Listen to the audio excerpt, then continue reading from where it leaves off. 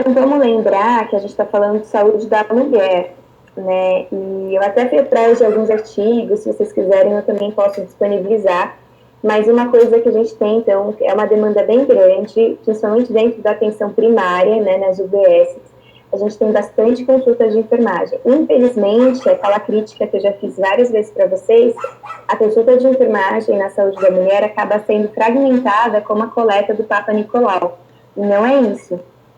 É importante que a gente tenha um olhar e que a gente consiga ver que a gente oferece muito mais do que isso, que na verdade a gente tem que ser uma porta de entrada como a consulta de enfermagem em saúde da mulher, onde a gente vai dar várias orientações sobre vários temas e assuntos e não só um procedimento específico que é o Papa Nicolau e não olhar as outras questões de saúde da mulher, né? Então isso é bem importante de estar lembrando, porque é uma demanda de fato grande, as mulheres precisam de um profissional treinado, né? Porque é na saúde da mulher que a gente vai ouvir as principais queixas que ela tem. Às vezes ela está com uma menstruação irregular, ou muita cólica, ou ela está achando que a barriga dela está crescendo, junto com cólica, ela não está entendendo por quê, né? Tem a gravidez, claro, mas é saúde materna, né? Mas tem também, ela quer saber algum método contraceptivo, ela não está feliz com o método dela, ela está com corrimento, tudo isso ela vem falar com a gente, né, enfermeiro. Não necessariamente precisa passar por um médico primeiro. Então, mudar isso é algo bem importante, né, é algo que vai além também de uma prática, né, é uma cultura que a gente precisa mostrar, né, uma cultura entre a enfermagem, dentro da enfermagem e dentro da população. Tem vários lugares que a enfermagem já está muito mais consolidada nisso, né? Tanto no mundo, outros lugares, mas mesmo no Brasil, onde as pessoas conseguem saber que a enfermagem nesses pontos é muito melhor do que uma consulta médica. Porque isso tudo acaba sendo uma normalidade, uma alteração da normalidade. É um pouco diferente do que é com o médico, porque aí ela passa com a gente viu que é algo que a gente não dá conta, a gente encaminha, né? Então, isso é bem importante, tanto diminui esse serviço superlotado, porque o médico, de fato, a gente trabalha em parceria, né? Ele tem muito que atender, mas a gente faz uma certa triagem e aí fica muito mais organizado o serviço. O que a gente pode atender, a gente atende, e o que a gente precisa encaminhar, a gente encaminha. Então, tá. Lembrando, então, de uma consulta. Uma consulta, gente, ela tem algumas partes. Uma das partes é a entrevista, a outra parte é o exame físico, né? Isso é bem importante. Isso é importante a gente lembrar para dimensionar tempo, né? Então, aquilo que eu fico pegando no pé nisso, do tempo, porque é uma coisa que, na prática, é muito difícil de organizar. Vocês estão conseguindo me ouvir? Dessa vez eu troquei o meu microfone, eu não sei se vocês estão conseguindo me ouvir bem. Está dando para ouvir bem? Ótimo, obrigada. Então, na prática, dimensionar o tempo é muito desafiador, né? O que acontece? A gente começa a falar e se envolve, e aí, às vezes, a gente passa a consulta inteira só na entrevista, e aí não olha o exame, e aí não faz o exame físico, e daí fica a orientação super corrida. Então, lembra, quanto tempo eu tenho? O que é a queixa dela? O que eu preciso abordar, né? Tudo isso a gente precisa, então, ter claro na nossa mente, e é um dos desafios que a gente vai ter para sempre, né? Porque, infelizmente, o sistema de saúde que a gente está inserido é um sistema que tem pouco recurso, então o nosso recurso de RH, porque a gente esquece às vezes que a gente é um recurso, e às vezes é um recurso caro, a gente não sabe, mas a gente é um recurso caro, né? E aí, o nosso tempo também é caro. Então, uma consulta de 20 minutos é muito desafiadora. Então, a gente precisa orientar adequadamente as perguntas para daí a gente conseguir fazer tudo que a gente precisa e não deixar ela ficar falando, porque a gente não tem, infelizmente, o dia inteiro para fazer essa escuta. E daí, muitas vezes, a gente tem que seguir os encaminhamentos, porque a gente não dá conta por conta do tempo. Às vezes, a gente vai caminhar para uma psicóloga, para uma nutricionista, não porque é algo que a gente não dá conta de resolver, mas porque eu não tenho tempo para resolver essa questão. Eu preciso aí sim passar para uma nutricionista. Tá? Só para vocês irem pensando, o desafio de uma consulta é grande, né? Mas dentro de 20 minutos, a gente consegue fazer bastante diferença na vida dessas mulheres. E se a gente a gente pode estar lá por essa mulher esses 20 minutos, vamos estar presentes, porque o que acontece é que a gente, às vezes, está pensando em outra coisa, está preocupado com outros problemas, mas na hora que a gente está numa consulta e a pessoa está ali contando o problema dela para você, tenta estar presente e ouvir, e tá ali mesmo, ouvir o que ela tem a dizer e tentar pensar dentro do que você tem de recurso, o que você pode oferecer para ela. O que acontece às vezes é que a gente não está presente. Aí está pensando em outra coisa, e ela está falando, você nem está ouvindo. Então, essa é a escuta ativa mesmo, né? Esteja ali para as mulheres, para as pessoas que vocês atenderam. Vai fazer muita diferença. Então, tá. Então, lembrando, da entrevista, a gente tem os dados de identificação. Aqui está um resumão para vocês. Eu misturei os manuais todos, tá? Que é aqueles que a gente usa, eu fui pegando, estava mais resumido. Esse é o da Secretaria, eu tirei prints, assim. Esse é o da Secretaria de São Paulo. Pode ser que tenha alguma coisa na hora que a gente veja que não está igual ao do manual do Ministério. A gente é mais, eu prefiro do manual do Ministério, mas eu achei que esse está mais resumidinho. E aí fica um pouco mais fácil para passar numa aula como essa. Mas lembrem-se que a referência principal que a gente tem é a do Ministério, certo? Mas aqui está básico o passo a passo para a gente seguir. Então, identificação, aspecto social e emocional, isso é também bem importante, né? Aspecto social seria o quê? Essa menina é uma adolescente, é alguém que está sozinha, é uma mulher de 30 anos, mas ela mora sozinha, veio de outro país, ou ela é uma refugiada, ou ela não tem lugar para morar. Isso é aspecto social. E emocional. Ela às vezes é tudo isso, mas ela está segura e firme do que ela vai fazer. Ou não, ela tem toda uma família estruturada, mas ela tem depressão. Né? Então, tudo isso também a gente vai lembrar de se preocupar numa entrevista. Histórico familiar, que é aquele que a gente já conhece, né? Ela tem antecedentes de diabetes, hipertensão, principalmente. Né? E quais outros antecedentes de câncer ela tem, que podem ajudar a gente a pensar o que a gente pode dar de segmento para ela. Antecedentes pessoais, então lembra a saúde da mulher, então a gente vai questionar se ela já teve ISTs, né? A gente vai questionar se ela já teve cirurgias pélvicas nessa região. A gente sim vai questionar, que por mais que seja da aula de terça, mas numa entrevista de saúde da mulher, a gente vai questionar o histórico obstétrico dela, né? Se ela teve filho, que tipo de parto que foi, mesmo não sendo pré-natal, a gente precisa saber, faz diferença, se ela teve aborto, se o aborto foi induzido ou foi um aborto espontâneo, né? Então a gente vai perguntar se ela teve infecção urinária, a gente vai perguntar então, do planejamento, método contraceptivo que ela está usando, planejamento familiar, que eu não gosto dessa palavra, eu prefiro planejamento reprodutivo, né? Que quando a gente trata, não que é errado, tá, gente? Não é errado usar planejamento familiar, mas traz a ideia já embutida de que precisa ter família. E um planejamento reprodutivo pode ser uma mulher que não quer ter filho, né? Então, isso é interessante a gente pensar, né? Quando a gente vai oferecer, vamos fazer planejamento familiar, é alguém que não quer ter filho, ela já vai olhar assim. E às vezes o planejamento reprodutivo, se você vai olhar, também tem a ver com as questões sexuais, da sexualidade, que a gente pode abordar também de uma outra forma. Então, daí é legal tentar evitar de usar planejamento familiar, não que seja errado, obsoleto, não, a gente usa ainda bastante. Mas se conseguir trocar essa palavra, né, vai deixar vocês com um horizonte mais amplo, né? Para a gente pensando as palavras que a gente usa também.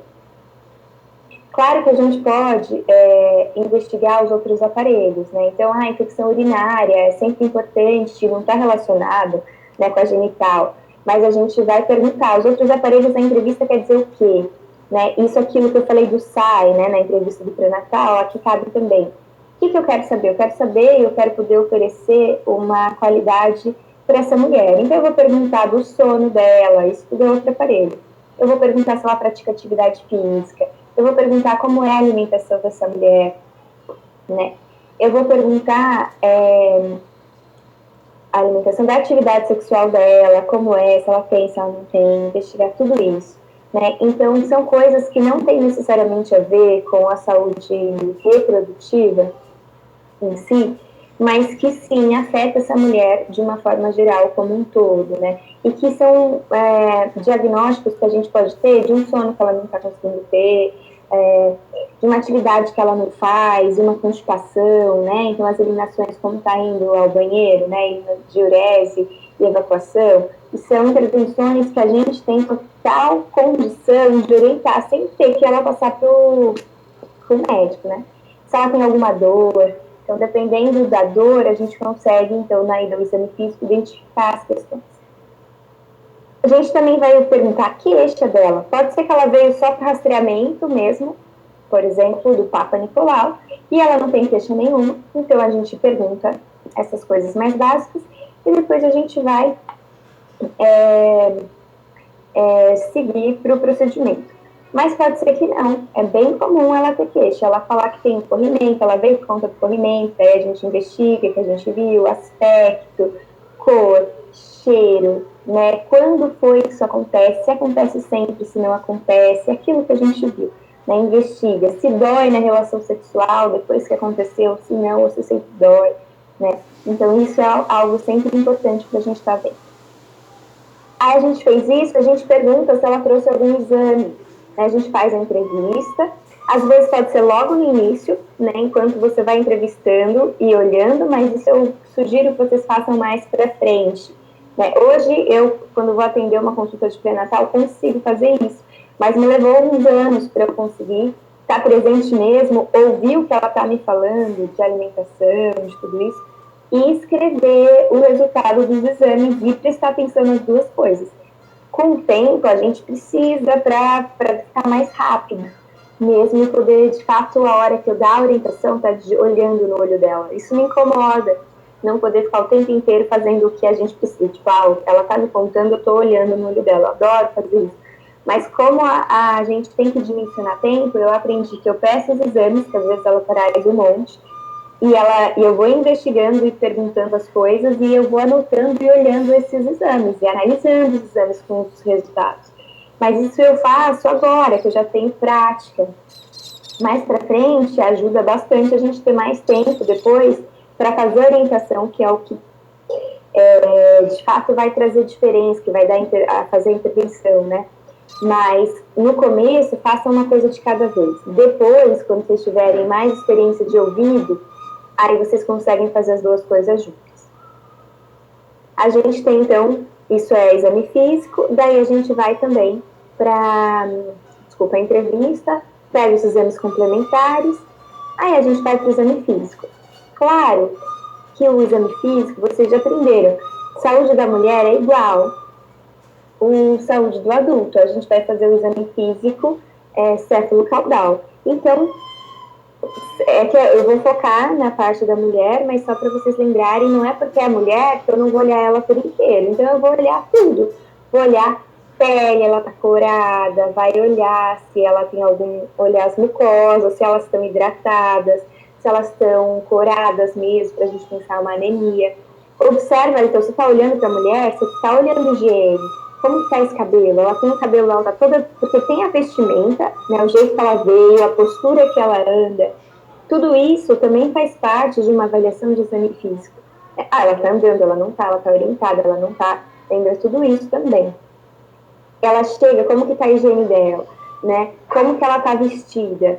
É claro que às vezes é uma mulher que não se preocupa tanto com isso e tá tudo bem. Mas às vezes o fato dela tanto pôr maquiagem demais, como não ter maquiagem de nada, e você vê como ela está, tem a ver com a autoestima. Tanto muita maquiagem, porque ela não consegue sair na rua, por exemplo, sem ela precisa pôr tipo uma máscara, né, de maquiagem. Ou ela tá tão mal que ela também não quer pôr máscara nenhuma, né, ela se sente mal e não quer se vestir de nada. Isso são extremos que a gente, como enfermeiro, né, precisa estar de olho, porque isso pode sim caracterizar algum distúrbio, porque eu preciso encaminhar ela para um outro profissional. Então, tudo isso também faz parte desse olhar, né, para o outro que a gente tem que ter. Mas tá, só para vocês saberem que a gente está olhando tudo isso também. Mas a gente vai ver pele, mucosa, boca. Pode falar, o Jadson está falando. Aí a gente olha a boca, porque assim, se a gente vê que tem uma alteração muito grande e é algo fora do normal que a gente pode cuidar, a gente caminha para o profissional adequado. Pode ser dentista, psicólogo, nutricionista, médico. Né? O nosso papel de enfermeiro é muito de triagem. Ah, tá tudo bem, e segue ou não. Isso é bem forte da enfermagem e não é pouco, gente, é muito importante. Né? A gente faz muito, dá para dar muitas orientações e é muito estratégico o nosso trabalho. Aí sim a gente vai ver mama, e aí as mamas eu já vou falar com mais cuidado para vocês. Mas desculpa, antes das mamas, né, que eu acho que esse aí não tá tão brincalhado, acho que vale a pena a gente lembrar que a gente tem que fazer o exame da tireoide. Eu não sei se vocês lembram, né, mas o exame da tireoide a gente tem que ir por trás. E aí a gente vai fazer a palpação na tireoide por trás também, na minha mão, porque se eu fosse a profissional, eu ia estar por trás, não é pela frente, é por trás que a gente faz a palpação da tireoide. Ah, eu não sei fazer. Então, se você não fizer e sentir os normais, você nunca vai achar um alterado. Então, faça em todas as mulheres. Quando você vê um alterado, você vai achar, porque você faz as pessoas. Não, as mulheres que mais aparece alterado, mas os homens têm tireoide também, é que é mais difícil, né? Porque ele tem uma cartilagem aqui. Mas faça em todo mundo no exame físico. Porque às vezes tem alteração, você vai sentir. Certo, aí a gente vai para as mamas, e aí a gente vai fazer o exame de mama, que eu já falei para vocês, mas eu vou repetir, mas no próximo slide. Abdômen, então a gente faz a escuta, né? A gente faz escuta cardíaca pulmonar, né? Aí depois a gente vai fazer no abdômen percussão, palpação, tudo isso, inspeção, a gente faz normal. Um tanto do exame a gente faz sentado, outro tanto a gente faz deitado, né? Durante todo o exame, a pele, a gente sempre vai estar observando. Tem alguma mancha, alguma pinta? Vocês devem ter aprendido também a caracterizar o que é um câncer de pele. Isso é importante, lembra? Uma mancha e um câncer de pele, aquelas são as pintas ou as manchas, que elas não são regulares, elas têm cores diferentes, em geral alto relevo. Se você acha que a pessoa tem uma pinta que é meio suspeita, encaminha também ela, né? Isso é importante. E aí, exame físico também a gente vai ver genital externo, mas ainda aqui a gente vai esperar um pouco, antes do genital externo, que é a última coisa que a gente olha, a gente vai ver membros inferiores. O que a gente vai ver? Tem edema, tem varizes, tem dor, né? Então, é bem comum nas mulheres a gente ter varizes e elas terem dor. E aí você vai, porque às vezes elas têm varizes, mas não tem dor. E você vai observar e pensa, será que ela precisa mesmo de uma avaliação? Está atrapalhando a vida dela? Quando a gente precisa de uma intervenção cirúrgica? Quando atrapalha a vida da pessoa, ela não consegue mais fazer atividade física, está sempre demasiado, ela tem dor o tempo inteiro. Não é pra gente deixar uma pessoa assim. Infelizmente, porque a gente vai sempre dar orientação para prevenção, né, de varizes, que é atividade física, o controle do peso, uma alimentação adequada que ajuda no controle de peso.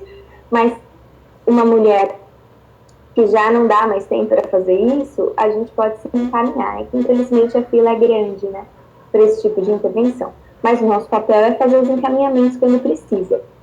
Bom dia para quem chegou atrasado só.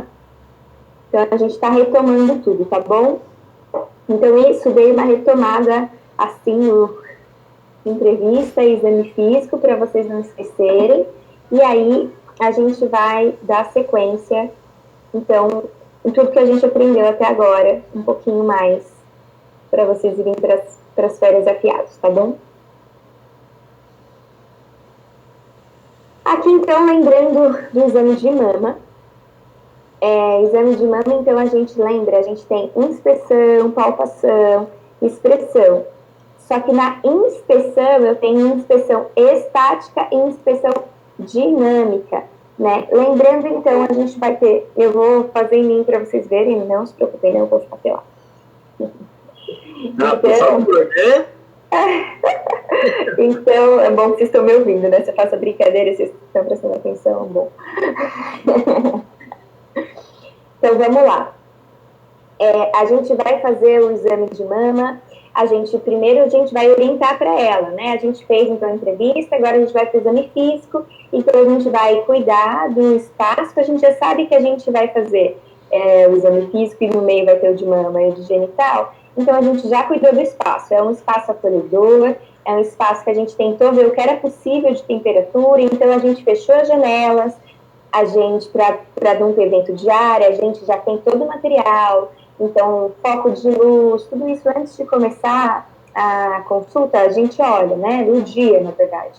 Você tem tudo que a gente precisa, tanto de material, espéculos, luvas, gaze, Cherron, Vocês já viram uma Cherron?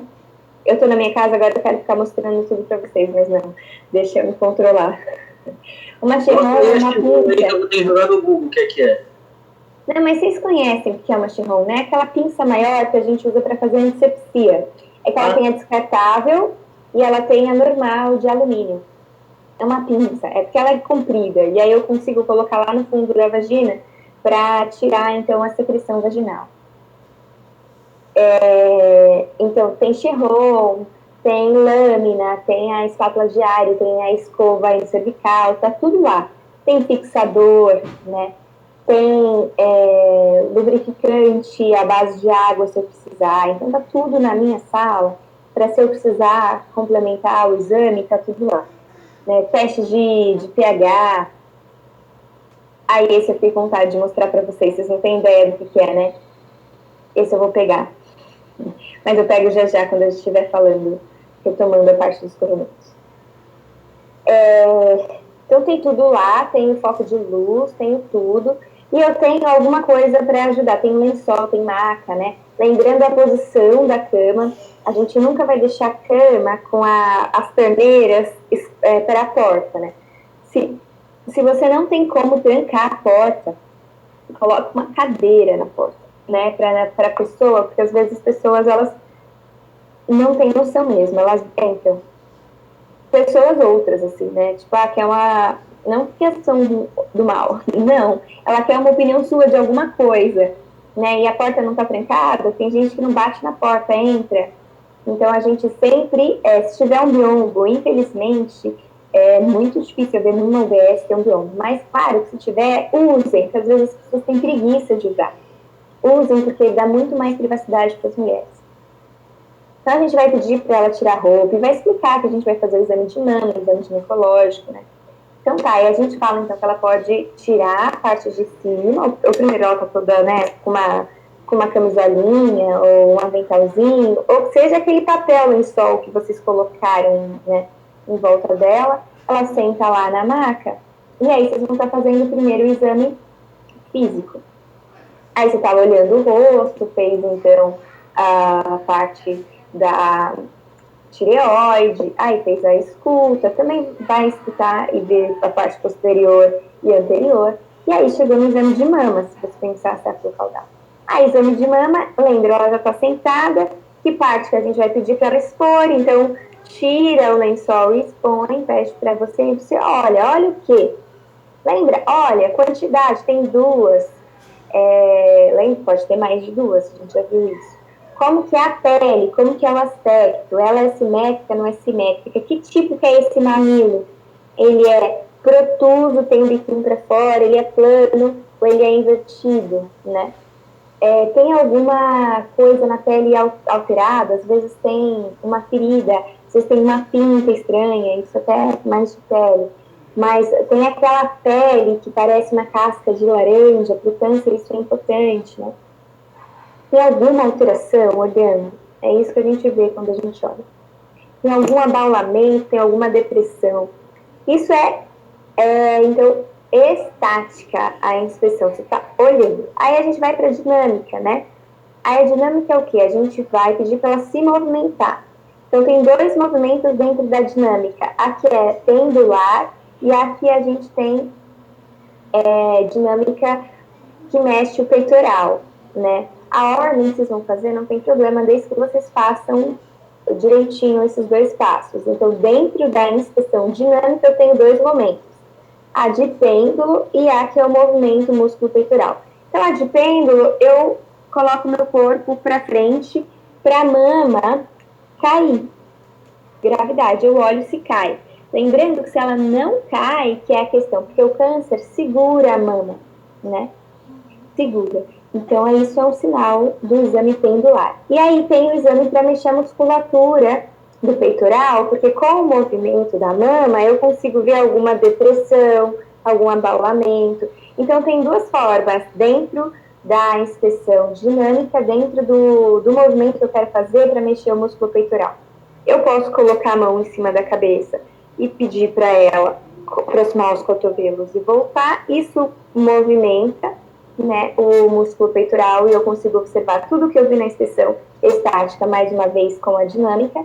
Ou eu posso pedir para ela colocar a mão na cintura e movimentar os ombros para frente e para trás, certo? Então, observando ainda, não pus a mão. Aí eu vou fazer a parte que seria a parte da palpação. Fabiano, tem que parecer o formato de gota quando estiver no pêndulo no corpo? Não necessariamente, porque as mamas são muito diversas e as idades das mamas também vai mudar, né? O que é importante é elas caírem da mesma forma igual, né? Se elas caem tanto, se alguma não cai, né, ou cai muito pouco, é um sinal. Agora, o formato não necessariamente, né? Você vai ver que cada mama é muito diversa uma da outra, e aí o formato vai ficar diferente.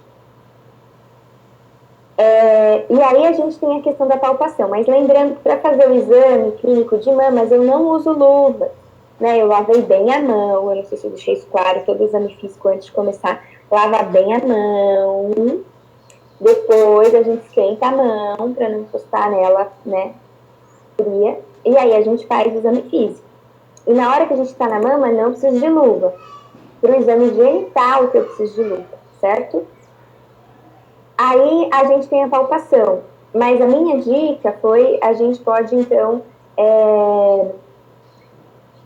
porque a gente tem a palpação axilar, se vocês forem ver, já é a próxima parte, mas eu deixo a palpação axilar para o fim do exame, porque a axila tem o nosso desodorante e as secreções que ficam aqui, que às vezes, né, não são lá tão agradáveis, e aí é a parte mais suja do exame, então a gente vai palpar primeiro a mama, a região, então, supra, intra, clavicular e depois a axila. Então, como é que a gente faz a palpação, né? Então, para fazer a palpação, a melhor posição é que essa mulher esteja deitada. Então, lembra, ela vai estar deitada, decúbito dorsal, e a gente pede para ela colocar as mãos na cabeça. Então, eu estou sentada, porque eu não consigo ficar deitada para mostrar para vocês. Mas lembra que o ideal é a mulher estar deitada, porque na hora que a gente deita, a gente sabe o que acontece com a nossa mama, espalha. Então fica mais fácil para eu conseguir visualizar ou identificar alguma coisa. E aí a gente vai fazer como é a palpação, né? Aí você vai ver que tem muita gente que vai falar, é por quadrante, é circular. Não importa, se você vai ver as últimas recomendações, é que a palpação, ela seja com a técnica adequada, que é a técnica do pianista, e que você faça toda a varredura da mama. Então, como é que a gente faz? Aí é você que sabe qual é a ordem que você quer colocar, que sistema que você quer colocar, qual sistematização você vai fazer para você varrer toda a mama. É assim, né, indo de um lado para o outro. É circular, de fora para dentro, é de dentro para fora, é de quadrante, é você que sabe, né? O importante é que você faça a palpação em toda a mama, certo? Daí fez a palpação da mama, a gente vai fazer então a palpação. Eu vou tirar aqui só para vocês verem, então. A gente vai fazer supraclavicular e intraclavicular, certo? Então a gente tem que palpar essa região toda, porque a gente tem a região mesmo dos gânglios, né? Do sistema linfático, que quando a gente tem um câncer de mama, aparece a alteração aqui. A gente identificou um carocinho, algo aqui diferente, que nem quando a gente está com uma infecção de garganta, né? Não fica um linfonodo aumentado? Ele vai ficar nessa região quando a gente tem um câncer também, né? Isso normalmente é o que mais aparece, mais fácil do que ainda uma alteração de um tumor é a gente identificar o sistema de defesa já querendo agir. A gente identifica mais fácil o sistema de defesa do que o tumor. Aí fez isso, o que eu vou fazer? Eu vou para outra parte para deixar a axila por último, mas a axila é super importante, não pode esquecer. Aí a gente faz a expressão. A expressão não é apertar o biquinho do peito. O biquinho do peito dói muito, né? O mamilo, ele é muito sensível. Então é que nem ordenhar para amamentar. Então é na auréola. Você vai colocar bem na linha da auréola superior e inferior, e aí você faz a expressão, né? Lembrando que em gestante a gente não faz expressão, mas na mulher a gente faz. Em busca de quê? Está saindo alguma secreção alterada, né? E aí a gente vai ver que cor que é essa alteração e tal. Saiu alguma coisa com cor diferente, a gente pode colocar na lâmina e mandar para encaminhar para o laboratório, né? Agora, se sair água de rocha é uma água transparente, tá? Ou sanguinolenta, eu me preocupo com câncer, porque em geral o exame clínico de mamas ele é bem usado para o câncer, mas não só para isso, né? A gente consegue usar dentro da saúde da mulher para identificar alguma alteração também, uma mastite, né? Para amamentação a gente faz exame clínico de mamas também, mas principalmente, né, o exame de câncer de mama. E aí, para finalizar, a gente vai fazer, então, a palpação da axila. E aí, lembrando, a gente vai pegar entre a terceira e quarta costela e vai palpar tudo. Tudo. A axila vai até aqui em cima. E vai palpar tudo. É grande. Tudo isso aqui. Dos dois lados, né? Fiz um só, mas vocês vão fazer dos dois lados. E esse é o exame clínico de mamas. É rápido, é que eu fui falando, demora mais. Mas é rapidinho de estar fazendo. Então, ela está deitada enquanto você faz isso. E aí você vai acabar avaliando o abdômen dela, né? Vai inspecionar, fazer percussão. E aí você vai fazer a ausculta para ver se tem os barulhos, os ruídos hidroaéreos, né? E aí, certo, segue, então, dá para fazer exame de membros inferiores, mas, então, olha a perna antes de colocar ela na posição ginecológica, olha, vê se tem hematoma, vê se tem varizes, né, vê se tem edema em membros inferiores. Só para lembrar, rastreamento de mama, voltando para mama, desculpa, mas, então, lembrando, quem é para fazer pelo SUS, na verdade, indicação de mulher, né, não só pelo SUS, para fazer o exame de rastreamento, né, lembrando a diferença de investigação e rastreamento. Investigação é uma mulher que tem sintoma. Se eu estou investigando, gente, investigação, eu vou atrás, porque ela está com uma queixa, ela tem alguma questão, eu preciso ir atrás. É diferente do rastreamento. O rastreamento